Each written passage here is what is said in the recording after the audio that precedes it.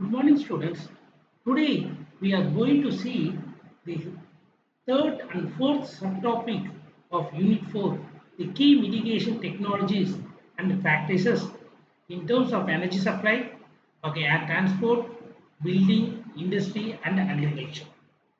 Mitigation means reducing greenhouse gas emission and enhancing the natural sink. So, how the natural sink? This natural sink, it will plantation, afforestation, reforestation. This all is a natural sink where it will absorb the carbon dioxide. Mitigation means reducing the greenhouse gas emission and enhancing the natural sink. It complements adaptation in minimizing climate risk. Focus technologies, sectoral options, and policy mechanism.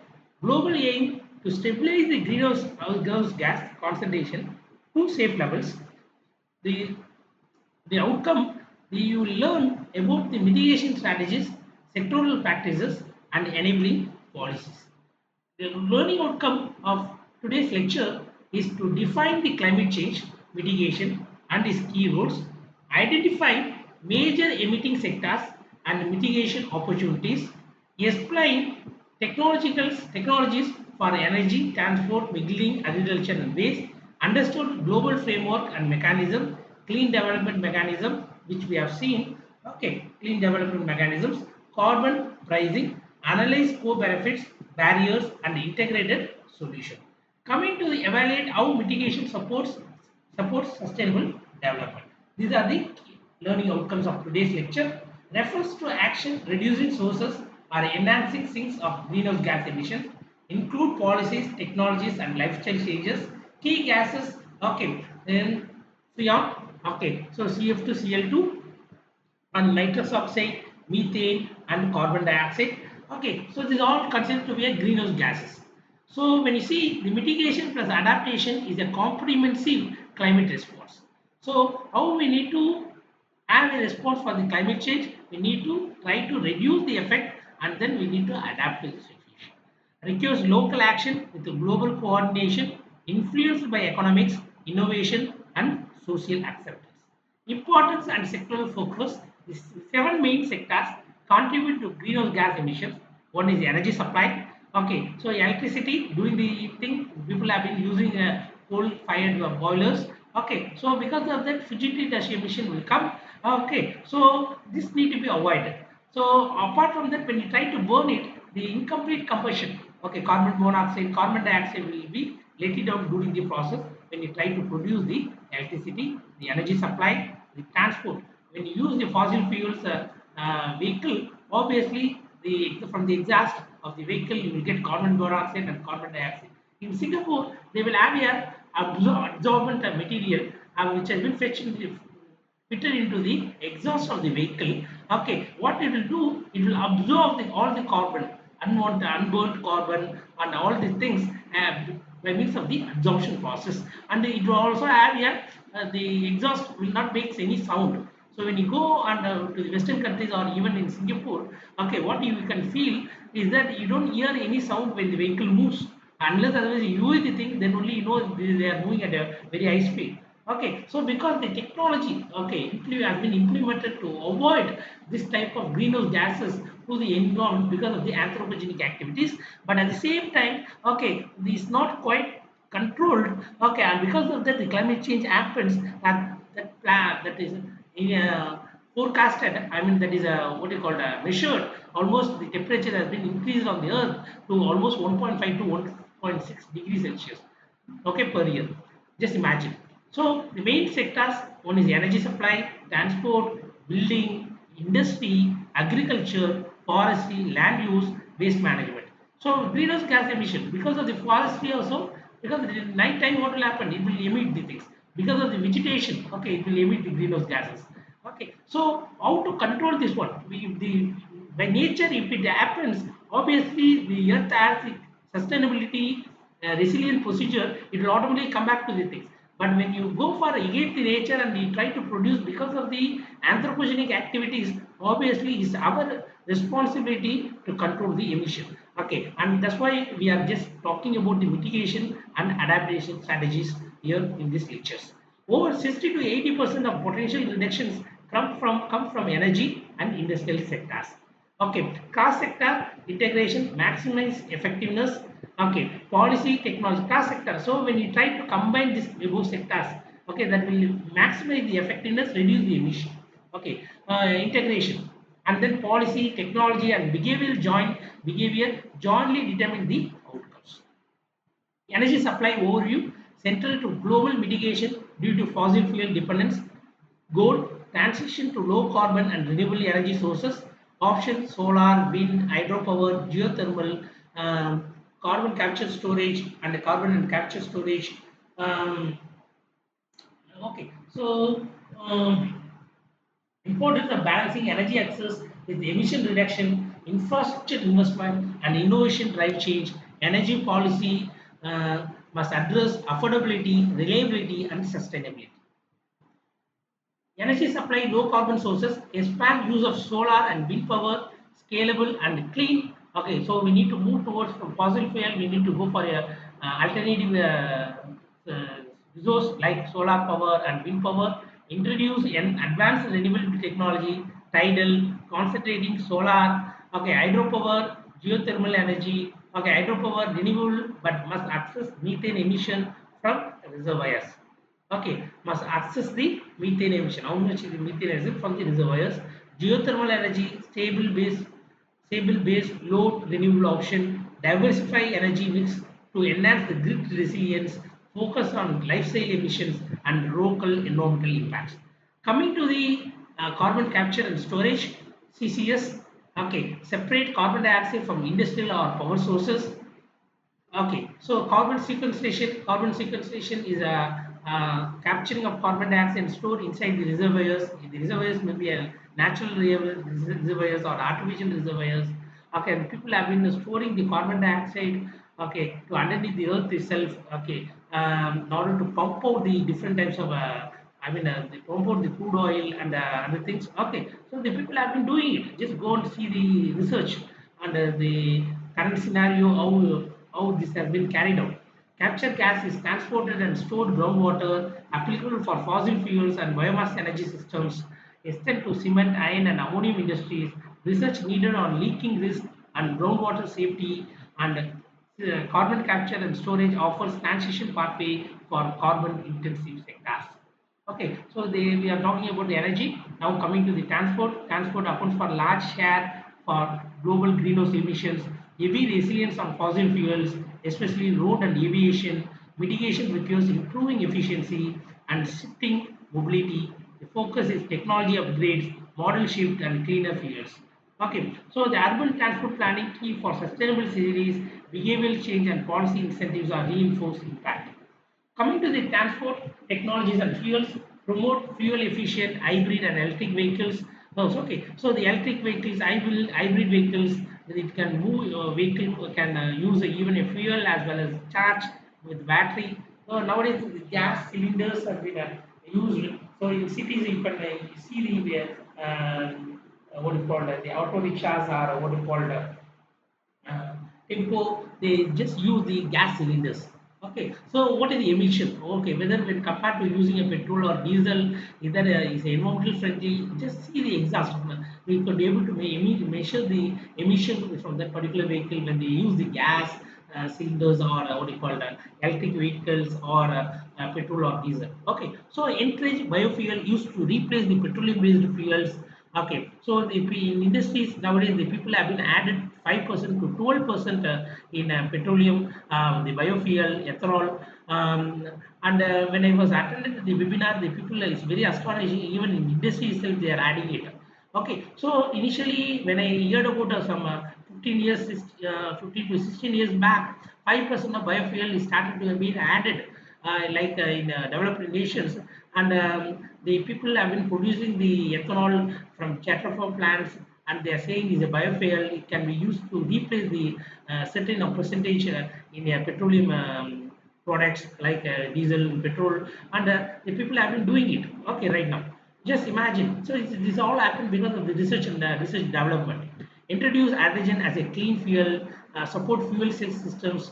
Okay, so the people have been in Tata Motors. they implemented the hydrogen bus. That means the vehicle has been moving with hydrogen, okay, as a clean fuel. So use biogas from sewage and waste for hydrogen production. Demonstration in India, China, and Brazil show viability. So this shows actually we can go for alternative sources in order to mitigate the carbon footprint. Combine R&D incentives and regulation for faster adoption. Coming to the model shift, move from private cars to public transport and rail. So don't go for private cars unnecessarily. In Western developed nation, even the higher ranking officials are moving towards public transport. And you might have seen actually on the newspaper and television that the Prime Minister of Canada is moving in public transport, and the UK president, UK prime minister is moving in a public transport. They're not at all using it. Even in Singapore, the private cars is fully usually supposed to be occupied. If one person is driving a car, obviously you'll be charged with some taxes and things like that to reduce the carbon footprint. Okay, so promote, so that type of policies and strategies need to be developed in both, not only in developed nations, even in underdeveloped and developing nations. Promote cycling, walking, and shared mobility services. Integrate land use and transport planning to cut emissions. Expand electric public taxi and fleets. Okay, so encourage freight movement via rail or waterways. Supportive policies, congestion charges, fuel taxes, and carbon credits. Okay, these all need to be considered. Coming to the building sectors, building consume 30% of the global energy and emit greenhouse gas emissions. Focus on energy efficiency and sustainable materials. Technologies include solar design, efficient cooling heating, and smart meters. Passive and natural cooling can cut energy use. Green building standards drive innovation. So when I was working in Bangalore as a senior environmental engineer, okay, Tata has come up with a green building concept. Okay, meaning to say they will try to reduce the energy consumption in the electricity consumption by having a proper ventilation. They will have a greenhouse green building, meaning to say they will use their building material in such a way that it absorbs and not reflect back the heat again back to the atmosphere, and they will have a cooling system so that they will don't use air conditioners. They will have a nearby pond or lake or what a swimming pool, so that when the air flows it will comes with a chill air, okay, when touching upon the things, okay, so the humidification they will increase and try to reduce the energy consumption. Okay, and also they will have a green building concept including a greeneries, okay, that will reduce the carbon absorption carbon dioxide, okay, and the things like that. So mitigation here improves comfort and reduce operating cost. And coming to the building design and integrated systems, solar architecture for natural heating and lighting. Okay, so replace harmful refrigerants like freon that will culprit actually, I can say, for ozone depletion, CF2, Cl2, and the people have been going for a what you call alternatives. Okay, for the refrigerant like CO2, difluorocarbon, recover and recycle F gases, integrate intelligent meters and sensors for efficiency, use natural ventilation and passive cooling. Okay, promote weather harvesting and the passive cooling is just now I told, right? Wind example, wind towers. Okay, so passive cooling, like just put a what you called. Uh, uh, swimming pools or ponds, so artificial small pond or something, so that it will cool the nearby places. Promote water harvesting and recyclable materials. Example, Sokrabji Golden Green Business Center in India, CIA. Okay, so these are the examples we could be able to see this type of green building. I already given an example about the Tata building in Bangalore when I was working. I've seen the green building how they have constructed. Coming to the F gases, I just would like to explain about the F gases elaborately. F gases are synthetic power fuel greenhouse gases like hydrofluorocarbons, PFCs, SF6, and NF3 used in refrigeration, air conditioning, fire protection, and industrial processes. But they significantly contribute to climate change due to their high global warming potential. While they are not ozone depleting like carbon fluorocarbons, they are being phased down globally under agreements like Kigali Amendment to the Montreal Protocol and national regulations such as European Union F-gas regulation. So what are F gases? Chemical composition, fluorinated gases or man-made gases that contain fluorine. So CF2, Cl2, hydrofluorocarbons, okay, and 12-fluorocarbon PFCs and sulfur hexafluoride SF6 are the key types. The purpose they were introduced as substitute for ozone depleting substances but are potent greenhouse gases. Why are F gases a concern? High global warming potential. It has F gases trap heat in the atmosphere more effectively than other gases, contributing significantly to global warming. International intentional release, unlike byproducts from combustion, F gases are often intentionally produced and released during the industrial and consumer application. Coming to the common uses of F gases, cooling, insulation, fire protection, electrical application, and other industries, it has been used for cooling. They are widely used as refrigerants in air conditioning and refrigeration systems. Insulation, they act as blowing agents in insulating forms, fire protection. They are used in fire suppression systems, electrical appliances.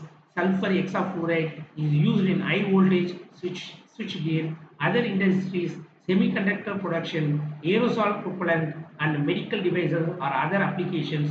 Coming to the regulation and reduction effort, Kigali Amendment, a global agreement to gradually phase down the production of consumption of hydrofluorocarbons, F gases, F gas regulation by European Union, a European Union regulation that aims to phase out F gases and promote the use of low GWP alternatives. Okay, coming to the circular economy initiatives, efforts are underway to implement the recovery, recycling, reuse, and F gases to reduce their emissions. So F gases, the fluoride gases. Okay, so we have seen the how to reduce this one and what are the actions which have been implemented so far. Okay, coming to the agriculture overview, agriculture contributes to methane or the nitrous oxide emissions. Okay, mitigation focuses on soil carbon storage and emission reduction, carbon sequestration, like these things. Key practices: reduce tillage, crop rotation, and organic manure, restoration of redegraded or PT soils. So PT soils are good, high in organic uh, manure, organic thing. Okay, so I just explained to you what is PT soils in elaborate way. The PT soils are dark waterlogged soils rich in decomposed organic matter, typically found in humid regions. They are heavy, spongy, and often acidic, found by the accumulation of plant remains in oxygen poor environment, while they can be deficient in certain nutrients like potash. Drained peaty soils can be highly fertile for certain crops such as potatoes, carrots, and onions. The characteristics of the peaty soils composition is highly organic content, okay, from decomposed plant material like species like Pagnum moss, and color is dark brown to black, consistency spongy and heavy, and acidity generally acidic. Moisture is high moisture content due to the formation in wet environment. Okay, so the nutrient profile typically different in potash. So these are the characteristics of peaty soils. Restoration of degraded or peaty soils is very important. Okay, efficient fertilizer used with the nitrification inhibitors like example neem coating, small biogas plants convert manure to usable energy. So what is biogas plant? When I was working in Mohammed Safet Engineering College before joining SCCE, okay, I've come out with a project called a biogas production. Okay, by means of cow dung, through a cow dung. Okay, so methane has been produced. Biogas is nothing but a methane. For producing that particular biogas, okay, the cow dung has been stored in a container, and then we need to have some types of digested materials like waste vegetables, and the pH should not be acidic in nature, so that we don't add vegetable waste like eggshell or peel of the onion and things like that. We will try to avoid. Apart from that, we will all add all the wastes and then dump into the things. And outside, we will maintain our water so that the temperature will be maintained at a lower temperature. The biogas will be produced because of the digestion of vegetable material by the cow dung. the microbes which is present in that, so that the anaerobic digestion. Because of that, the methane will be produced. So the methane will have a calorific value, and it will, we could be able to heat that biogas which has been produced and used for the cooking and eating, cooking or preparing tea or coffee, and it can use for a cooking purpose. Okay, so the small biogas plants convert manure to usable energy. So these are the things we need to think of. Okay, how to overcome this one. The methane produced can be what you call can be used as a biogas, and it can be utilized effectively. Coming to the forestry and land use, forests can whittle carbon sinks, absorbing carbon dioxide. Afforestation and reforestation enhance sequestration capacity. So this will absorb the capture the carbon dioxide. Sequestration, carbon sequestration, capture the carbon dioxide. The afforestation, reforestation enhances, whereas the deforestation is opposite. The source and sink are complementary with each other, which I told you. Okay, so avoided deforestation prevents carbon losses. Okay, so you should not reduce the carbon. Otherwise, what will happen? Deforestation will, whatever the carbon dioxide which has been stored will be released into the environment. Sustainable forest management reduces fire and degradation, protect biodiversity and livelihoods in forest dependent communities. Bioenergy crops displace fossil fuels but need land water balance. Coming to the waste management overview, waste sector emits methane and carbon dioxide from decomposition. Key strategies: solid waste segregation and recycling, treat wastewater or prevent uncontrolled emissions. Methane digesters convert organic waste to usable biogas. That's what I told you just now regarding how this can be converted and how I implemented the biogas project in one of the institute. Okay, so landfill gas capture reduces the potent greenhouse gas emission, release decentralized waste management critically in developing countries. So technological portfolios, no single technology can achieve the deep mitigation, and the renewable carbon capture storage plus efficiency ensures reliability. AI investment accelerate innovation and lower cost. R&D, okay, improves in performance and acceptance of new tech. Diffusion of low carbon technology is important by 2030. Collaboration between academia, industry, and government sectors to reduce this type of greenhouse gases. Okay, the policy is very important. Carbon pricing and market mechanisms, carbon tax, carbon emission to promote cleaner choices, cap and trade allows emission trading under the total cap, joint implementation, support project between developing nations. So this joint implementation we will see it elaborately in a clean development mechanism, which is under the Kyoto Protocol, how this joint implementation will benefit the countries working together to curb the carbon dioxide footprint. The clean development mechanisms develop developing nations, developed and developing collaboration. Okay, and markets lower overall mitigation costs globally. Transparency and monitoring ensures fairness and effectiveness. So, benefits of battery mitigation, constraints and conclusion of the first part. Okay, we have another two more slides.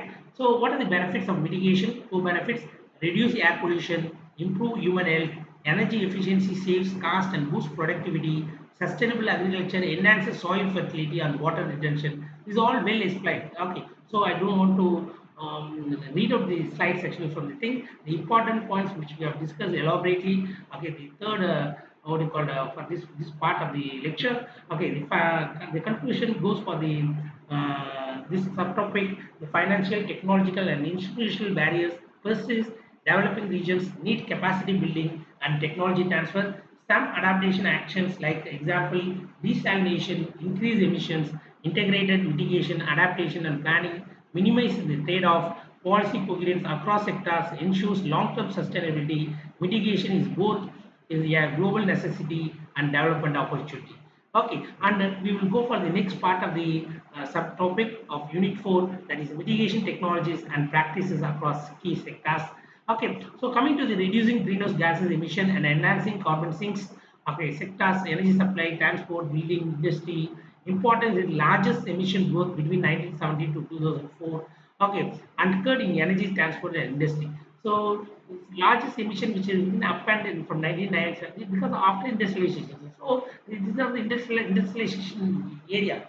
So industry 1.0, 2.0, 3.0, 3.5. Now the people are starting to talk industry 5.0. Okay, so these things. Okay, when the industrialization, because whether the industrialization is needed or not, that is another big question, right? but is needed at the same time it should not affect the environment. So the sustainability need to be maintained. We need to give the earth to the next generation in such a way that how we have got from the our ancestors, and this need to be sustained. Okay, the sustainability words very common here after 2000. The people, everyone talks about what is the action you have taken, what is the government have taken the initiation. So how to curb this type of pollution? Okay, how to curb this type of greenhouse gas emission gases? Okay, so these are the things we need to think of. Coming to the target global civilization scenarios indicates 80 to 60 to 80% reduction from energy supply, energy use, and industrial processes. The key tools, sector-specific technologies, policy mechanisms, and investment incentives. Studies will explore you will explore mitigation potential methods and sectoral constraints. Okay, coming to the mitigation imperatives, mitigation requires policy, technology, and behavioral interventions. Economic mitigation potential is substantial, several gigatons of carbon dioxide equivalent per year by 2030. Okay, so sectors like energy supply, transport, and industry are crucial due to emission trends. Energy efficiency plays a key role across all sectors. And coming to the energy supply sector overview, just see here largest contributor to global greenhouse gas emissions, focus on reducing the carbon intensive energy sources, economic mitigation potential 2030, okay, less than 100 tons per carbon dioxide equivalent, okay, and they are talking about 2.4 to 4.7 gigatons of carbon dioxide equivalent per year mitigation potential by 2030. Long-term infrastructure investments, okay, from 2005 to 2030, how much they have started to spend on US dollar dollar 20 US I mean 20 trillions US dollar. Okay, for critical for sustained emission reductions. Okay, key technologies efficiency and fuel switching, coal, natural gas, improved distribution efficiency, carbon capture and storage, carbon dioxide separation, transport and long-term storage, yearly carbon capture storage application, natural gas, biomass, coal-fired facilities, and tech portfolio ensures energy scrutiny while minimizing the emissions. Hydropower impacts. Coming to the water energy trade-off is a water energy nexus which we are talking about in the last lecture. So I don't want to again repeat the things. Okay, I skip this slide. Coming to the transport sector overview, rapid greenhouse gas emission growth between 1970 to 2004 it happened. Economic mitigation potential. Okay, as I told you, this much gigatons of carbon dioxide equivalent. Okay, they are targeting by 2030. Policies, regulation, infrastructure planning play a central role. Long-term planning required for sustainability mobility. Okay, so coming to the transport, which we have already discussed in elaborately. Okay, coming to the building sectors, includes residential and commercial building, high mitigation potential. 2030 estimates 5.3 to 6.7 gigatons of carbon dioxide equivalent per year. High mitigation potential. By 2030, they try to reduce this one. Okay, coming to the focus, energy efficiency, low energy design, okay, and on-site generation, integrated system, enhanced monitoring and control of energy use, renewable energy integration like solar PV reduces dependency on fossil fuels. So, so the people, Dr. Chetan, you might have heard about him. He is called India Solar Man. The people is starting to implement the solar for the individual houses, and he is trying to say when the initial capital cost is quite high, but when compared to the things, okay, but at the same time, when you see in a long duration, the amount of energy money we are spending for a electricity bill will be reduced drastically when you are using a solar power. Okay, so this is the way we need to try to cut down the energy. Obviously, when you try to reduce the energy consumption, obviously the production will be comes down. Obviously, the greenhouse gas emission will also reduce. Okay, so we need to go on target for the renewable energy, and please encourage when you go for a new construction of houses or even the constructed building, go for a solar panel. And if it is a government project, please try to government need to adapt this, make it as a mandatory like rainwater harvesting, solar panel, and things like that in order to reduce the energy consumption because of the activity of producing the energy. Okay, we are just leading to the side effect or I can say the gases which are emitting during the process.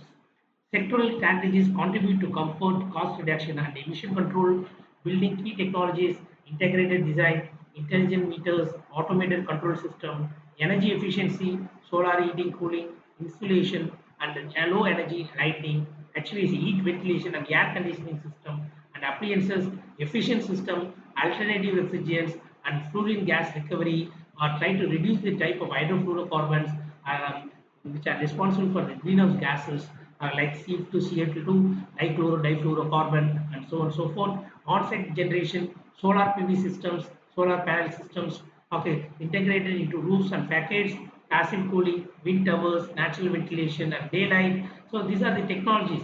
Building, greenhouse building, we just try to implement all this, try to integrate different technologies and try to reduce the energy consumption green building concepts, green building materials, and enhance sustainability and reduce embodied emissions. Industry sector overview. Okay, when you see this industry sector mitigation potential by 2030, almost what do you call it, 100 tons per carbon dioxide of equivalent. Okay, so they just US dollar of has been spent in order to reduce the things. Okay, gigatons of carbon dioxide equivalent 2.5 to 5.5 times. Okay, so they are using per ton of carbon dioxide equivalent. They are spending try to reduce spending less than 100 dollars. Okay, so I think it's $1 trillion. I think. Okay, so just think of all these things. Try to the amount need to be spent on that because of to sustain to have a sustainability strategies, efficiency, material substitution, and process improvement, and carbon capture storage. Industry contributes significantly to national energy consumption and emissions. Contribution of R&D and policy drives industrial decarbonization.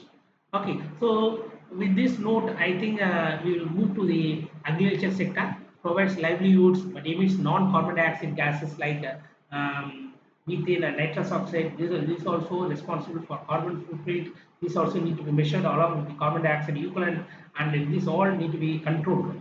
Mitigation focuses on soil carbon, methane, nitrous oxide reduction, and bioenergy. Economic mitigation potential. Okay, almost per tons of carbon dioxide equivalent, gigatons carbon dioxide equivalent per year, 2.3. It has been found. Okay, so practices provide adaptation co-benefits by improving soil resilience. Sectoral trade-off requires careful assessment and to avoid net emission increases. Okay, so agriculture sector we also have discussed elaborately.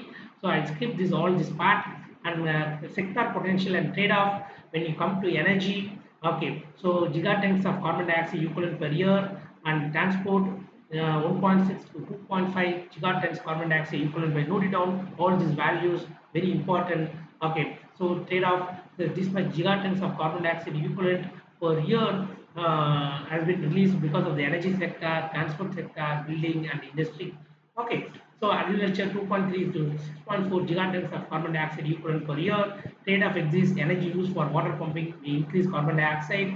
Fertilizer use can increase nitrous oxide despite soil carbon gains. Integrated assessment ensures net migration and adaptation benefits.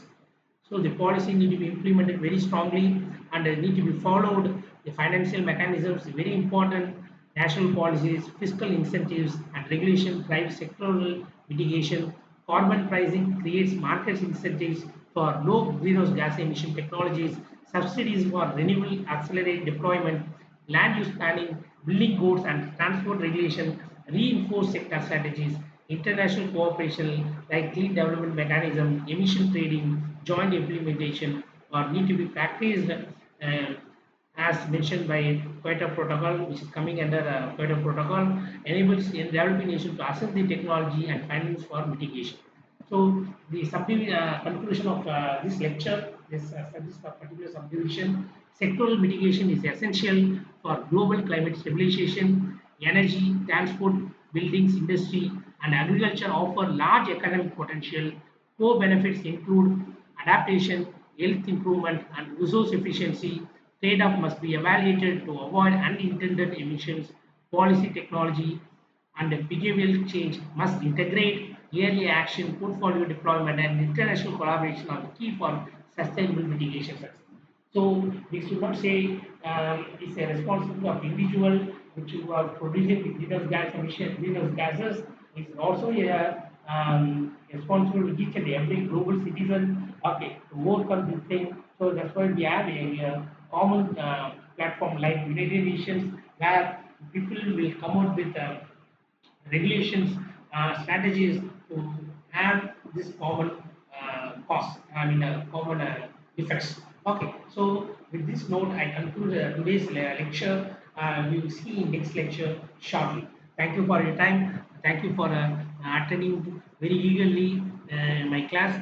Thank you. See you in face-to-face section by this week. Thank you.